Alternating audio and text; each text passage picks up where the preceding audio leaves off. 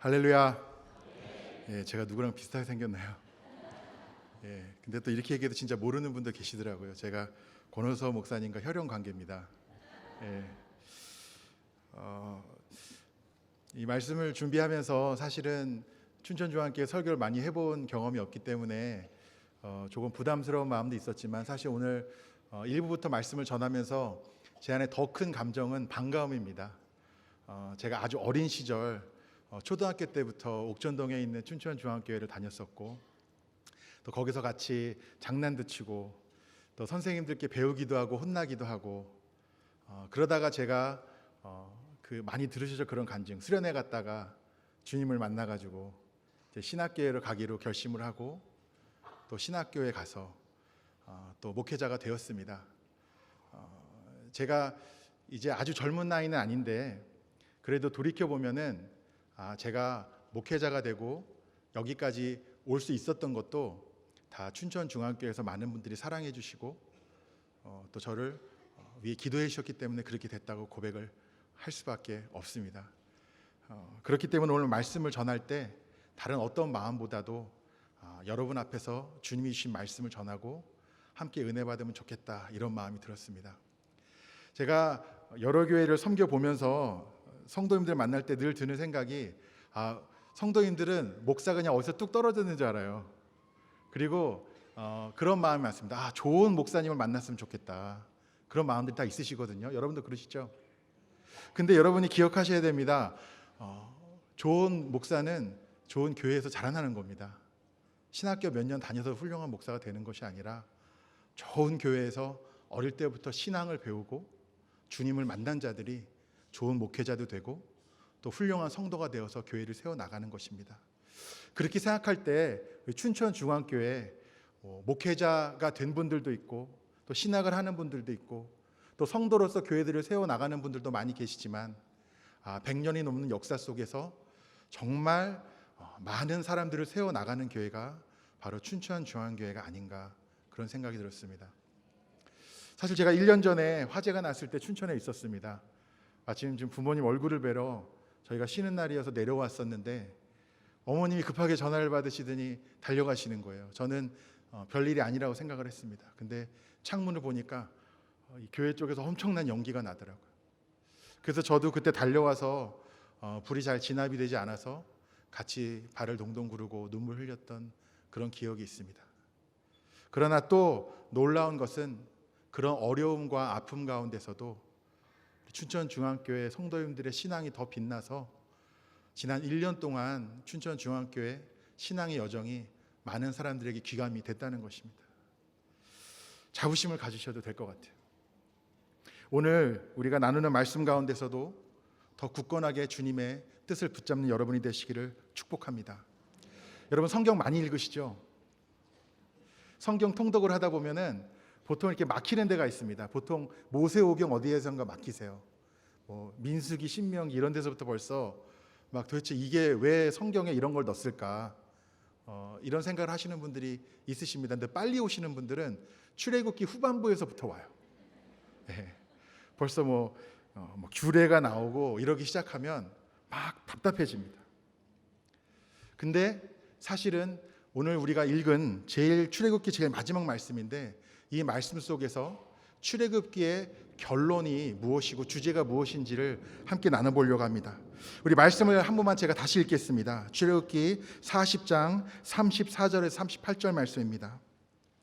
구름이 회막에 덮이고 여호와의 영광이 성막에 충만하매 모세가 회막에 들어갈 수 없었으니 이는 구름이 회막 위에 덮이고 여호와의 영광이 성막에 충만함이었으며 구름이 성막 위에서 떠오를 때에는 이스라엘 자손이 그 모든 행진하는 길에 앞으로 나아갔고 구름이 떠오르지 않을 때에는 떠오르는 날까지 나아가지 아니하였으며 낮에는 여호와의 구름이 성막 위에 있고 밤에는 불이 그 구름 가운데 있음을 이스라엘의 온 족속이 그 모든 행진하는 길에서 그들의 눈으로 보았더라.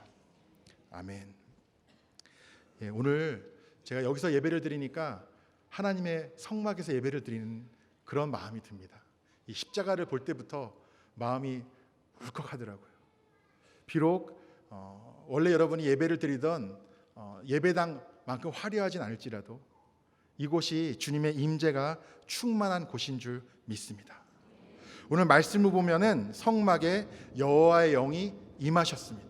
여호와의 영광이 충만히 임하였다. 그렇게 말씀하고 있습니다. 근데 이 성경을 읽고 또 설교를 준비하면서 저에게 들었던 질문이 있는데, 도대체 왜 여호와께서 이 성막에 임재하신 것일까? 저는 그런 질문이 생겼습니다. 여러분 한번 생각해 보세요. 도대체 왜 여호와의 영광이 이 성막에 임하였던 것일까요? 그 질문에 답을 하기 전에 여러분이 먼저 기억하셔야 될 게 있습니다. 하나님은 우리와 함께하기를 원하신다는 것입니다. 우리가 뭘 잘해서가 아니고 잘나서 못나서가 아니고 우리를 향한 주님의 마음은 우리와 함께하기를 원하시는 분이라는 거예요. 주님은 우리와 함께하기를 원하시는데 어떻게 하면 함께 하실 수 있을까? 그것을 우리가 함께 고민하자는 겁니다. 오늘 성막은 누구의 명령으로 지어진 것이죠? 누구의 명령으로 만들었습니까? 하나님의 명령으로 모세를 통해서 이스라엘 백성들이 만들었습니다. 하나님의 명령대로 만들었는데 왜 하나님이 충만히 임재하셨는가? 그것은 바로 이스라엘 백성들이 그리고 모세가 온전하게 순종했기 때문입니다. 뭘 했다고요? 순종. 여러분 순종 잘하시죠? 아멘? 뭐 시킬까 봐 겁내시는 거예요? 예, 저는 뭐 곧 떠납니다. 여러분에게 시킬 일 없어요. 그러나 하나님은 여러분에게 주실 말씀도 있고 여러분에게 주실 사명도 있다는 것을 여러분 기억하시기 바랍니다. 근데 오늘 말씀해 보니까 이스라엘 백성들이 온전히 순종했다는 거예요. 제가 아까 말씀드렸죠. 출애굽기 보면 35장 이후에 보면은 다 지루한 내용이에요. 뭘 만드는데 무슨 재료로 만들고 무슨 규격으로 만들고 어떤 순서로 만들고 누가 만들고 몇 개를 만들고 맨 그런 내용입니다. 재미가 있겠어요? 듣기만 해도 막 졸리시죠? 그래서 조시는 거죠. 출애굽기 39장에 1절 말씀 보면 이런 표현이 나옵니다. 여호와께서 모세에게 명령하신 대로. 또 5절에 보면 마지막에 이런 표현이 있습니다. 여호와께서 모세에게 명령하신 대로 하였더라. 7절의 마지막에 여호와께서 모세에게 명령하신 대로 하였더라. 21절에도 여호와께서 모세에게 명령하신 대로 하였더라. 26절, 29절, 31절, 32절, 마지막에 42절, 43절에도 이렇게 기록되어 있습니다. 여호와께서 모세에게 명령하신 대로 이스라엘 자손이 모든 역사를 마치매 모세가 그 마친 모든 것을 본즉 여호와께서 명령하신 대로 되었으므로 모세가 그들에게 축복하였더라. 40장에도 계속 나옵니다. 16절 여호와께서 자기에게 명령한 대로 다 행하였더라. 19절, 21절, 23절, 25절, 27절, 29절 계속 나와. 마지막 32절에 여호와께서 모세에게 명령하신 대로 되니라. 이렇게 기록이 되어 있습니다. 뭘 했다는 겁니까? 순종했다는 거예요. 여러분 다 공부 잘하시죠? 예, 제가 같이 저랑 학교 다녔던 분들도 계신데 다 잘하셨던 분들만 계시네요. 여러분 뭐가 반복돼서 계속 나오면 어떤 거예요? 중요한 거잖아요. 안 그렇습니까? 왜 이런 지루한 내용을 성경에 넣어서 기껏 마음 먹고 성경 통독을 하려고 했더니 벌써 출애굽기에서부터 이렇게 걸림돌이 있나? 이것이 아니라 비록 딱딱하고 지루한 것 같은 내용이지만 여기에는 하나님이 이 말씀을 통해서 우리에게 주고자 하시는 아주 귀한 교훈이 있고 사명이 있다는 것입니다. 무엇입니까? 순종해야 된다는 거예요. 성막의 여호와의 영광이 왜 충만하였습니까? 순종했기 때문에 충만한 거예요. 성막이 뭐 대단합니까? 근데 왜 성막이 대단한가? 왜 성막이 여호와가 임재할 수 있는가? 그것은 이것을 만드는 모든 과정이 다 순종이었어요. 하나부터 열부터 백까지 다 하나님이 말씀하신 규격과 재료와 방법과 순서와 또 하나님 맡기길 원하시는 그 사람에게 맡겨서 지어진 것이 성막이었어요. 여러분 이스라엘 백성들이 순종 잘하는 백성입니까? 말 잘 듣는 사람들이에요? 얼핏 생각하면 아니죠. 맞습니다. 아닌 경우가 참 많았어요. 이 오늘 말씀 이전에도 이후에도 정말 어떻게 홍해가 갈라지는 걸 보고 구름과 불기둥이 인도하는 것을 체험하고 만나와 메추라기를 받아 먹어본 사람들이 어떻게 이럴 수 있을까 싶을 정도로 주님의 마음을 가슴 아프게 했던 것이 이스라엘 백성입니다. 그런데요, 오늘 이 말씀과 출애굽기 후반부에서만큼은 이스라엘 백성들이 온전하게 순종한 거예요. 아주 구체적으로 순종을 하였던 겁니다. 그 순종을 통해서 만들어진 성막 가운데 여호와의 영광이 임하실 수 있었던 것입니다. 사실 성경에 이런 예가 너무나도 많은데요, 한 가지만 더 말씀드릴게요. 창세기 6장에서도 주님은 모세와 비슷하게 노아를 부르십니다. 노아에게 120년 동안 뭘 지으라고 하시죠? 방주. 창세기 6장 21절에 이렇게 기록되어 있습니다. 노아가 그와 같이 하여 하나님이 자기에게 명하신 대로 다 준행하였더라. 또 7절 5절 말씀입니다. 노아가 여호와께서 자기에게 명하신 대로 다 준행하였더라. 방주를 짓는 과정도 모르겠습니다. 빨리 지었으면 100년 만에 지을 수 있었을지도 모르죠. 더 빨리 지었으면 60년 만에 지을 수 있을지도 모르죠. 더 크게 지었을 수도 있고 더 작게 지었을 수도 있고. 아닙니다. 온전히 모든 재료와 규격과 순서와 방법을 다 하나님의 말씀대로만 처음부터 끝까지 다 순종하였고요. 그를 통해서 홍수가 났을 때 노아와 그 가족은 구원을 얻었습니다. 온전한 순종, 구체적인 순종을 통해서 하나님이 임하시고 이끄시는 역사를 노아도 누렸던 것입니다. 여러분 어떠십니까? 주님의 말씀에 구체적으로 다 순종하고 계십니까? 순종하시게 될 줄 믿습니다. 또 한 가지 중요한 것이 있습니다. 여러분 사실 순종 얘기하면은 좀 부담스러우실 거예요. 그러나 순종에 있어서 또 한 중요한 것은 기쁨의 순종이 되어야 한다는 것입니다. 순종은 온전한 순종도 돼야 되고 구체적인 순종도 돼야 되는데 기쁨의 순종이 돼야 돼요. 출애굽기 35장 4절 말씀에 모세는 하나님의 명령을 대언합니다. 모세가 이스라엘 자손의 온 회중에게 말하여 이르되 여호와께서 명령하신 일이 이러하니라. 이르시기를 너희는 소유 중에서 여호와께 드릴 것을 택하되 마음에 원하는 자는 누구든지 그것을 가져다 여호와께 드릴지니. 자, 소유물들을 여호와께 드리라고 하는데 어떤 사람이요? 마음에 원하는 자. 이스라엘 백성들이 어떻게 반응했는지 아십니까? 21절 말씀입니다. 마음이 감동된 모든 자와 자원하는 모든 자가 와서 회막을 짓기 위하여 그 속에 쓸 모든 것을 위하여 거룩한 옷을 위하여 예물을 가져다가 여호와께 드렸으니 마음에 자원하는 남녀는 누구나 여호와께서 모세의 손을 빌어 명령하신 모든 것을 만들기 위하여 물품을 드렸으니 이것이 이스라엘 자손이 여호와께 자원하여 드린 예물이니라. 어떻게 드렸다고요? 자원하여서 드렸대요. 드리고 싶은 사람만 드린 거예요. 드리고 싶은 만큼만 드린 거예요. 근데 이 정도가 아니었습니다. 36장 5절 말씀 보면 이렇게 기록되어 있습니다. 모세에게 말하 이르되 백성이 너무 많이 가져오므로 여호와께서 명령하신 일에 쓰기에 남음이 있나이다. 모세가 명령을 내리매 그들이 진중에 공포하여 이르되 남녀를 막론하고 성소에 드릴 예물을 다시 만들지 말라 하며 백성이 가져오기를 그치니 있는 재료가 모든 일 하기에 넉넉하여 남음이 있었더라. 자, 기쁨으로 순종하여 자원하여 주님의 뜻대로 다 가져왔는데 어느 정도로 가져왔다고요? 넘치도록, 그만 가져오라고 할 정도로 가져왔다는 거예요. 이스라엘 백성이 전에도 후에도 참 주님의 마음을 아프게 하는 불순종의 백성이기도 했지만은, 그러나 그들의 앞날을 향해 우리가 소망을 품을 수 있는 것은 이렇게 온전한 순종을 실천해 본 적도 있고 그 순종을 통해서 주님의 임재와 이끄심을 누려본 백성이었다는 것입니다. 여러분, 순종의 기준은 그러나 나 자신에게 두셔서는 안 됩니다. 여러분이 생각할 때, 여러분이 둘러볼 때, 저 정도면 순종하는 사람이지, 저 정도면 아직 순종을 제대로 못하는 사람이지, 이렇게 보면은 판단이 되실지도 모르겠어요. 그러나 순종의 기준은 사람에게 있는 것이 아니라 바로 하나님에게 있음을 기억하시기 바랍니다.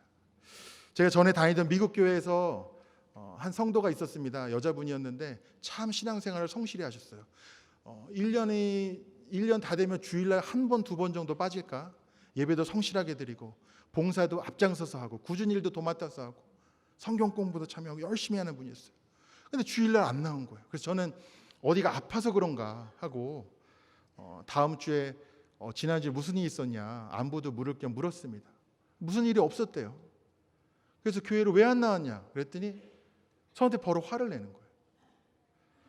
내가 1년에 한두 번 정도 그냥 내키지 않아서 교회 안 나왔는데 그거 갖다 나한테 뭐라 그러냐. 되려 저한테 화를 내는 거예요. 당당합니다. 여러분, 이게 온전한 순종입니까? 여러분이 보시기에 이 정도면 믿음 좋은 거지, 저 정도면 주님의 임재와 이끄심을 누리겠지, 여러분이 판단하셔도 주님의 기준은 다릅니다.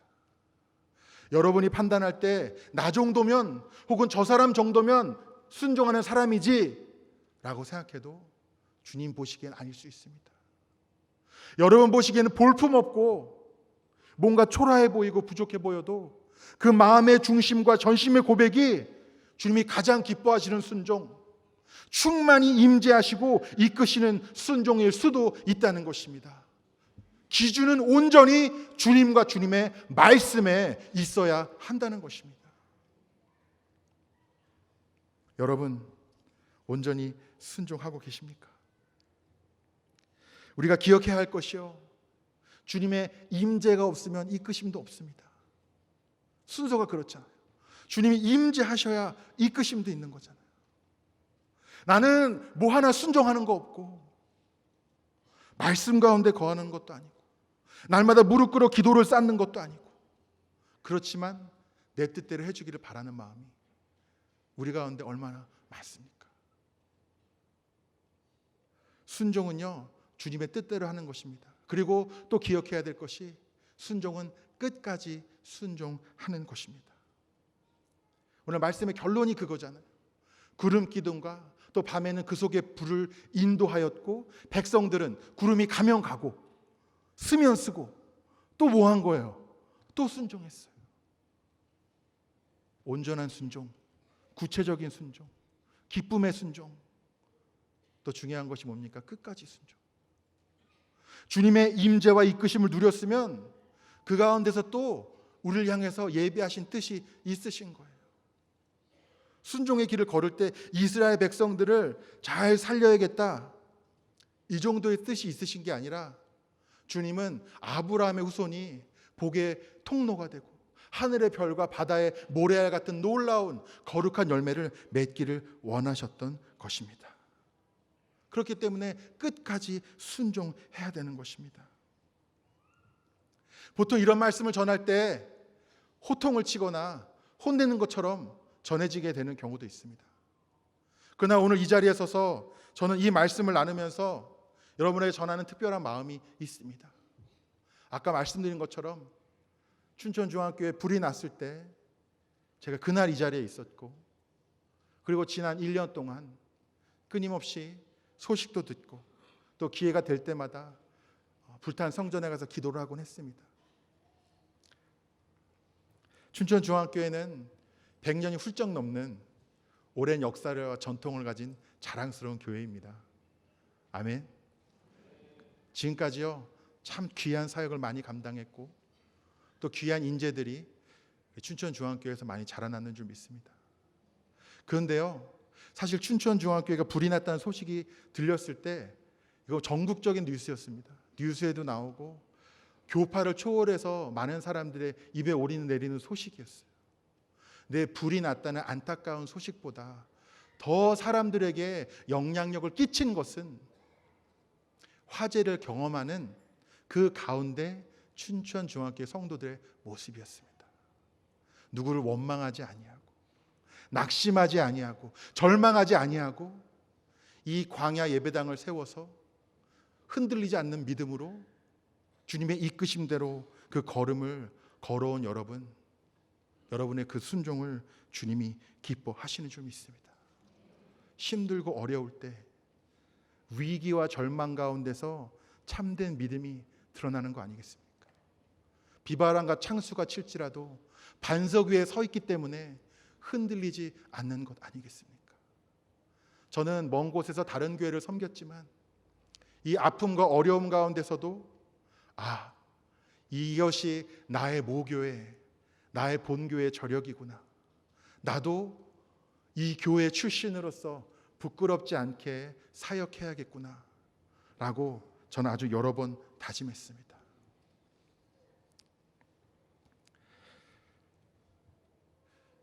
이제 여러분은 곧 입당을 하시게 된다는 소식을 들었습니다. 저는 이제 며칠 있으면 출국을 하기 때문에 음악회와 부흥회를 안타깝게도 참석을 할 수가 없지만 이제 새로운 주님의 임재와 이끄심을 또 동행하심을 여러분은 체험하시게 될 것이라는 생각이 들었습니다. 근데 여러분 기억하십시오. 우리가 광야에 있든 가나안에 있건 애굽에 있건 그것이 중요한 것이 아니라 내가 있는 자리에서 나는 온전히 순종하고 있는가? 나의 예배의 자리와 삶의 자리에 주님의 임재와 이끄심이 있는가? 나는 기쁨으로 순종하고 끝까지 순종의 길을 걷고 있는가?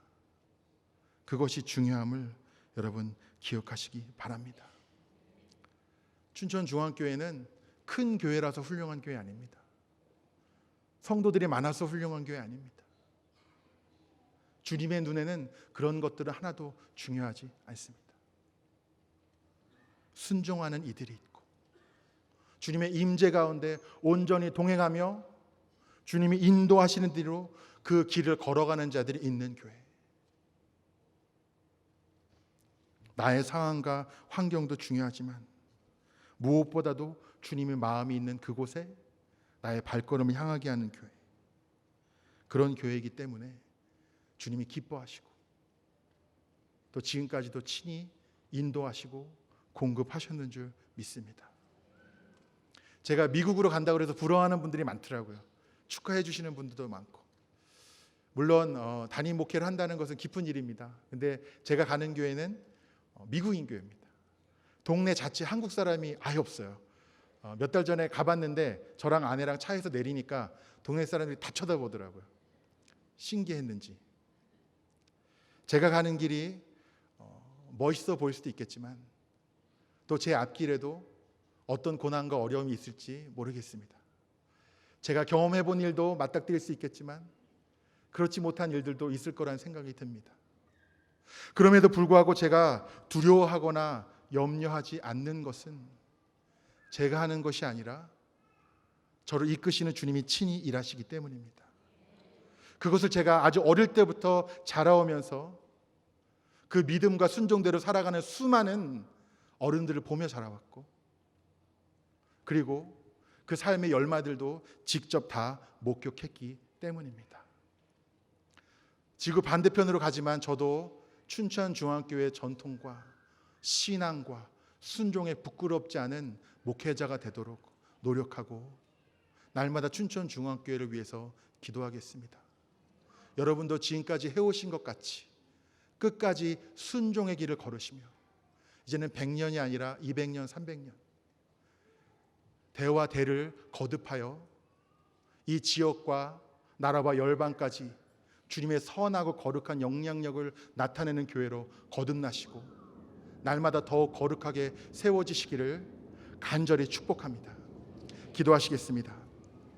사랑과 은혜가 풍성하신 주님, 춘천중앙교회를 사랑하셔서 100년이 넘는 역사 가운데서 인도하시고 통하여 거룩한 열매들 맺게 하심을 감사드립니다.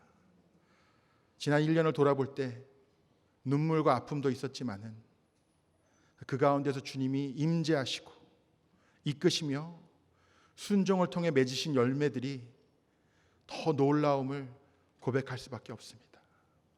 이제 주님 입당을 준비하고 또 새로운 100년을 또 200년, 300년을 그 역사를 써나가며 주님의 사명을 감당할 그 교회로 세워져 나아갈 때 온전한 순종, 기쁨의 순종, 또 끝까지 순종하는 믿음의 고백들이 모든 성도와 가정과 사역 가운데 넘쳐나게 하여 주시옵시고, 수많은 영혼들을 살리며 천국 소망을 증거하는 데 쓰임받는 거룩한 교회가 될 수 있도록, 또 가정들이 될 수 있도록 축복하여 주시옵소서. 주 예수 그리스도의 이름으로 기도드리옵나이다. 아멘.